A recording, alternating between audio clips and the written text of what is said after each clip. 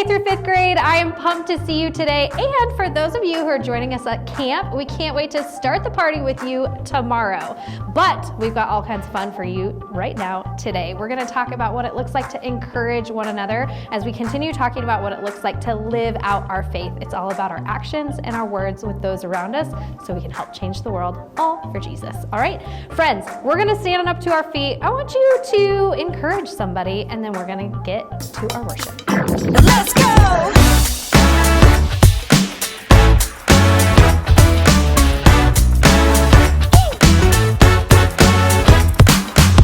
I'm stepping out to a world so bright, ready to discover how to shine your light. Jesus, you're everything, my best friend.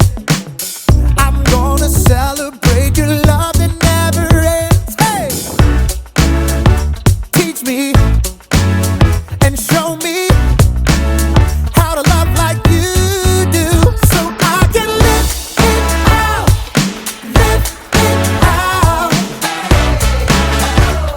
That's what it's all about.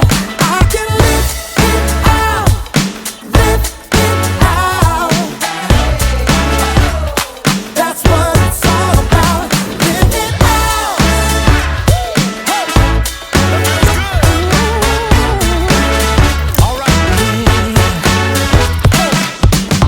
Living life never felt so free.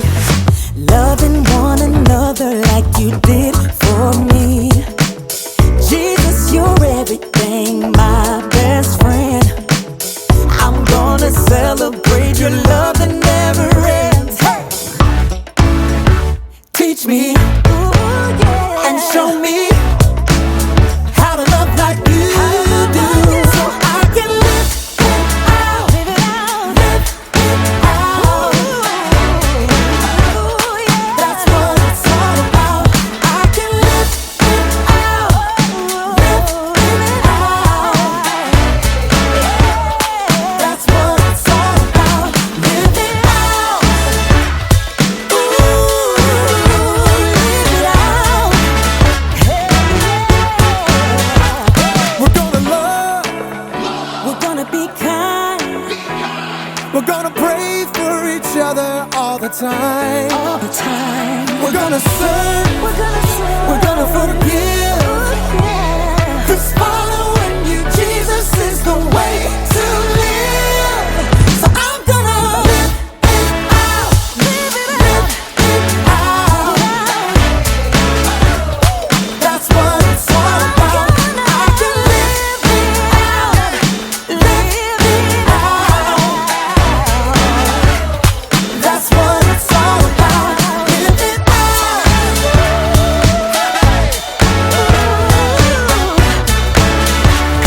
It's time to live it out, live it out.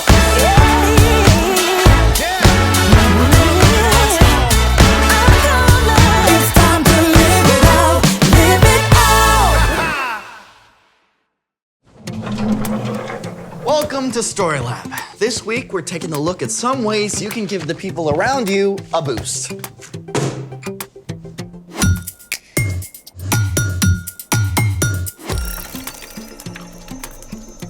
Hey, I'm Carter. And I'm Zeke. All summer, we're talking about what it looks like to live like Jesus. And we're setting up awesome creative challenges for STEAM Camp. What's this? Everything we need for today's ultimate obstacle course. Ah, a ream of paper? That's Actually, it? no.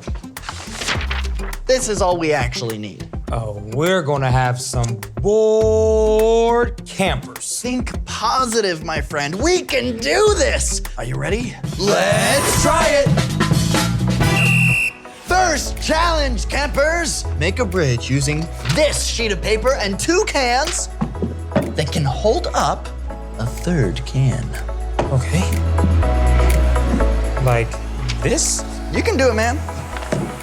Yeah, I saw that coming. You've got it, and you just keep using that noggin of yours. Okay, so there's gotta be some way I can fold it. Let's try like this.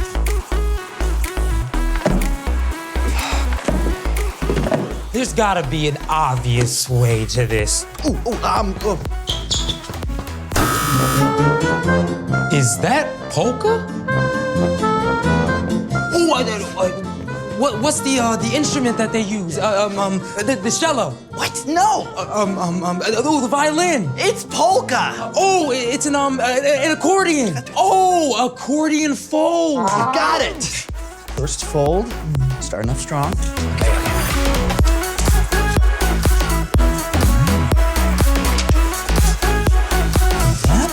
Okay, all right.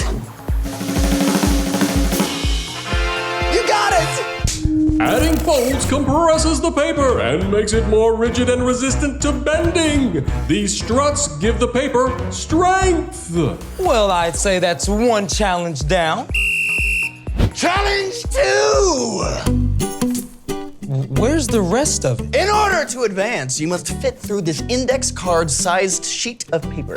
I've got faith in you. Good effort, but no.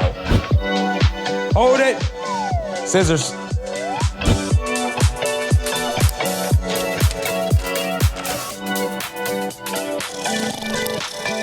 Done. Ooh, oh. Check this out. See? Well played. Challenge 3. Press this paper up against the wall using your shoulder. Great. Next, press your right leg up against the wall and your foot. Awesome. Okay. Final step, lift your left leg up off the ground and stand on one foot. Okay. Oh, okay. That was Yeah, odd. You'll figure it out, don't worry. I slipped. Okay. I got it this time. Yep. Yeah. I'll Here we watch. go. Yep. Ooh, I know a trick. Okay. Okay. Ah, that's cheating. That's cheating? Yes. What? I know I can balance on one foot. Okay, I got this. Why is this so weird and suddenly difficult? I believe in you. Your ability to balance is exceptional. You believe in me? Oh yeah, absolutely. Got this, Carter. Okay. Your encouragement is really exceptional, but right now I need a break. Speaking of encouragement, it's time for The story before the story.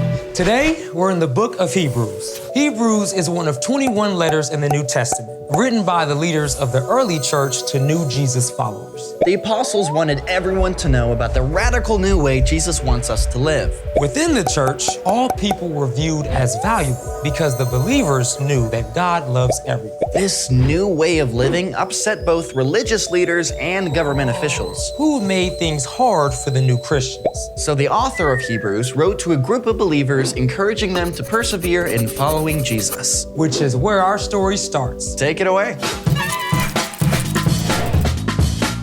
Hey everyone, I'm Brian. Today we're talking about how we can encourage one another. In Hebrews, we read about the amazing work that Jesus has done for us. Because of Jesus, we can be friends with the God of the entire universe and ask for help at any time.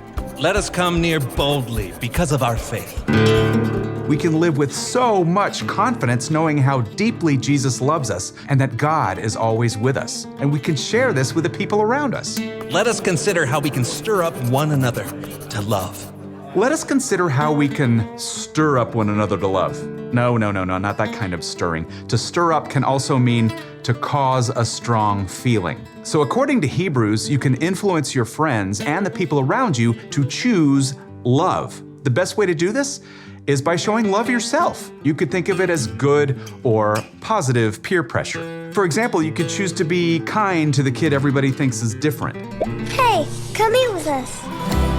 When you do that, you're actually making it easier for other kids to choose kindness too. You can also stir up others to love with your words. If a classmate says something mean about another kid or a teacher, you can say something kind about that person. And if you see a friend or family member who's facing something hard, encourage them. God made you strong. You could totally do this.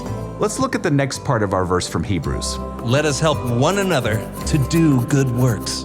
Let us help one another to do good works. So, what is a good work?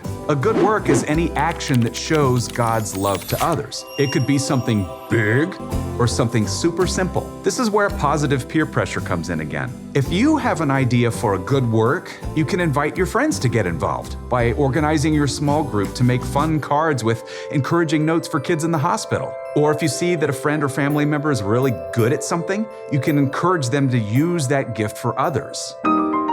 Maybe your older sister's really good at playing piano. You could encourage her to play at your grandma's retirement community and bring joy to everybody there. It's time to bring our verses from Hebrews in for a landing. And let us not give up meeting together. Some are in the habit of doing this. Instead, let us encourage one another with words of hope. Let us do this even more as you see Christ's return approaching. You know what has to happen for you to encourage someone? Yeah, you've got to be with them. That's true, you can encourage somebody over FaceTime, but it's best when you can hang out IRL, in real life. So, let us not give up meeting together. We're called to spend time with others who love Jesus. Now, this can happen at church, which is great. Encourage your grown-ups to bring you to church so you can spend time with friends and leaders there. But there are lots of ways to spend time with friends who love Jesus, at school and activities or in the neighborhood and on play dates. And if it feels like you can't find friends who love Jesus, ask God to bring some into your life. When you spend time with others who love Jesus, you can encourage each other with words of hope. We all need hope because right now, we live in the middle of a story. Jesus, God's Son, came to earth to live as a human. He lived and died and rose again for us. One day, Jesus will return and God will make everything right again. But for now, we live here in the middle of the story. There's a lot of brokenness in the world, but we can bring hope when we encourage each other and allow God to work through us to change the world around us. The end. What an awesome story. Way to go. I see what you're doing, encouraging me. And way to go to all of you out there for being excellent listeners. Encouragement all around. So, what's our part in the story? Well, all summer we're talking about how we can get to know Jesus better and then begin to live like Jesus. As we've seen, one amazing way to do that is by encouraging the people around you. Like your friends. And your family. Yeah, it's great to encourage anybody, but we're especially called to encourage others who love Jesus to love like Jesus. Yeah, you could invite a few of your friends to keep a lookout for kids who are alone at recess. And together, ask those kids to play with you. Or if you have a friend who is great at drawing or baking, encourage your friend to use their gifts to bring someone joy. I love it. And don't forget to focus on spending time with friends who love Jesus. So you can encourage each other. I think you got it. See you next time. So here's the thing. Encourage one another. Whether you're at school, at home, or the story lab. All right, you want to try this again? I know you can do this. I don't think I can. Man, it's literally impossible. Yes, you win. It is literally impossible to lift one leg while the other is against the wall. Ah, center of gravity. So against the wall, I couldn't lean to counterbalance my weight.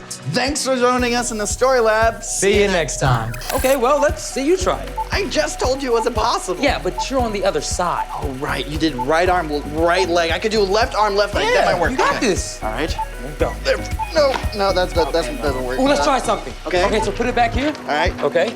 You and I'm gonna lean on you. Okay. And then. Yep. Right. Okay. Right. 3, 2, 1. Thanks so much for joining us, friends. We can't wait to catch you next week for more fun.